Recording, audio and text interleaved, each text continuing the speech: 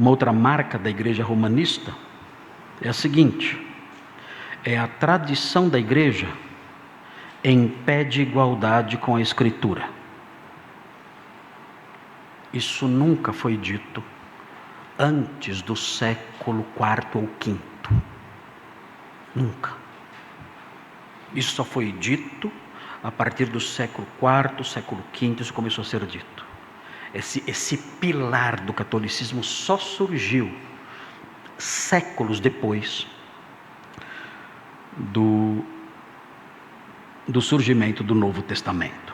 Então, a Igreja Católica não tem como ter produzido a Bíblia, pela simples razão de que ela não existia. Essa afirmação de que a tradição da igreja são os ensinos dos pais da igreja, os documentos dos concílios, as afirmações dos papas, tudo isso compõe o universo magisterial da igreja. E isso tudo tem autoridade, no mesmo nível que a Bíblia ou até mais. Quando isso passou a ser ensinado? Por volta do quarto, quinto século, mas mesmo assim, isso foi combatido pelos próprios teólogos da época. Eu trouxe comigo este livro, é um livro que eu quero recomendar efusivamente para os irmãos aqui da igreja. Os irmãos que gostam de ler deveriam adquirir este livro. O livro se chama A Palavra Inerrante. A coletânea foi feita pelo pastor John MacArthur e pelo R.C. Sproul. Então é um livro muito bom. E vejam o que diz aqui, um pedacinho de uma citação de Santo Agostinho, que é do quarto século, a virada do quarto para o quinto século. Ele fala assim: tenho aprendido a conceder esse respeito e honra unicamente aos livros canônicos da Escritura. Ele diz: mas espera aí, é a tradição católica.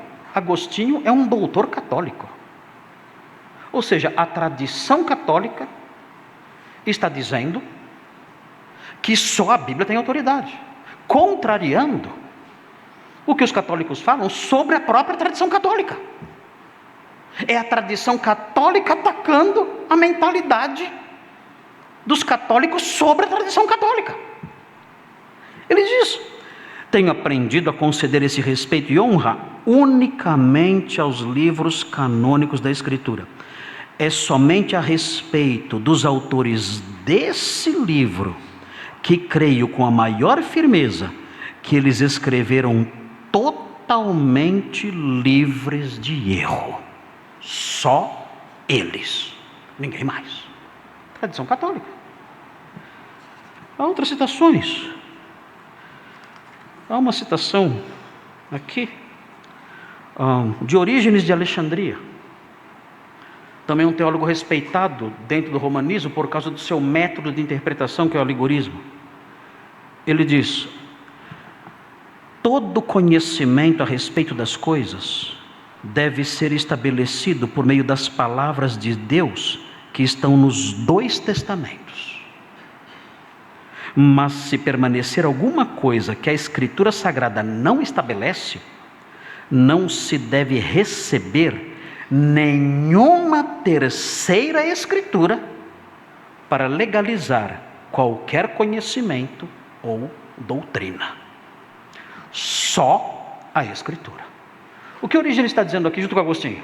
Sola Escritura. O quê? Agostinho e Orígenes estão dizendo sola Escritura. Isso é coisa de Lutero. Então eles eram luteranos. Eles eram protestantes. Eles afirmam isso expressamente. Vejam, novamente Agostinho. Há uma linha divisória clara, separando todas as produções subsequentes aos tempos dos apóstolos dos livros canônicos do Antigo e Novo Testamento, os quais têm plena autoridade. Ele fala uma divisão entre a Bíblia e outros escritos que vieram depois, dentro da igreja. A autoridade desses livros chegou até nós por meio dos apóstolos. E de uma posição de elevada supremacia, reivindicam a submissão de toda mente fiel e piedosa. Talvez encontremos nos inúmeros livros que foram escritos depois, a tradição, a mesma verdade que encontramos na Escritura, mas não há neles a mesma autoridade. Queridos, é a tradição dizendo que a tradição não tem autoridade no mesmo nível que a Bíblia. E ele termina: a Escritura possui uma santidade que lhe é peculiar. Vamos usar a tradição? Vamos respeitar a tradição? O que a tradição diz? Sola Escritura. Há uma outra citação de Agostinho aqui.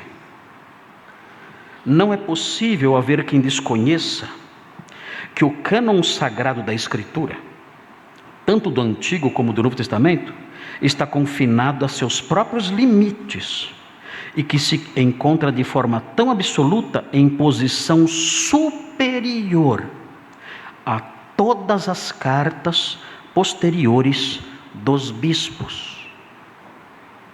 A Bíblia está acima do que os bispos e padres escreveram depois.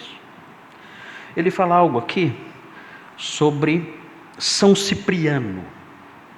São Cipriano é muito respeitado na tradição católica, porque ele escreveu muito sobre a igreja. Veja o que Agostinho fala sobre São Cipriano. Ele fala assim: não fazemos injustiça a Cipriano quando fazemos distinção entre suas epístolas e as escrituras canônicas. Podemos, com liberdade, julgar os escritos tanto dos crentes como dos descrentes. Por essa razão, as epístolas de Cipriano, que não têm autoridade canônica, precisam ser julgadas de acordo com sua concordância com a autoridade dos escritos divinos. Dessa forma, podemos aceitar da parte de Cipriano apenas aquilo que está de acordo com eles e, com segurança, rejeitar aquilo que não está de acordo com as Escrituras. Ele diz: você pode rejeitar Cipriano. Sola Escritura. Ou seja, o ensino de que a tradição tem a mesma autoridade que a Escritura surgiu posteriormente. A Igreja Católica não existia nessa época.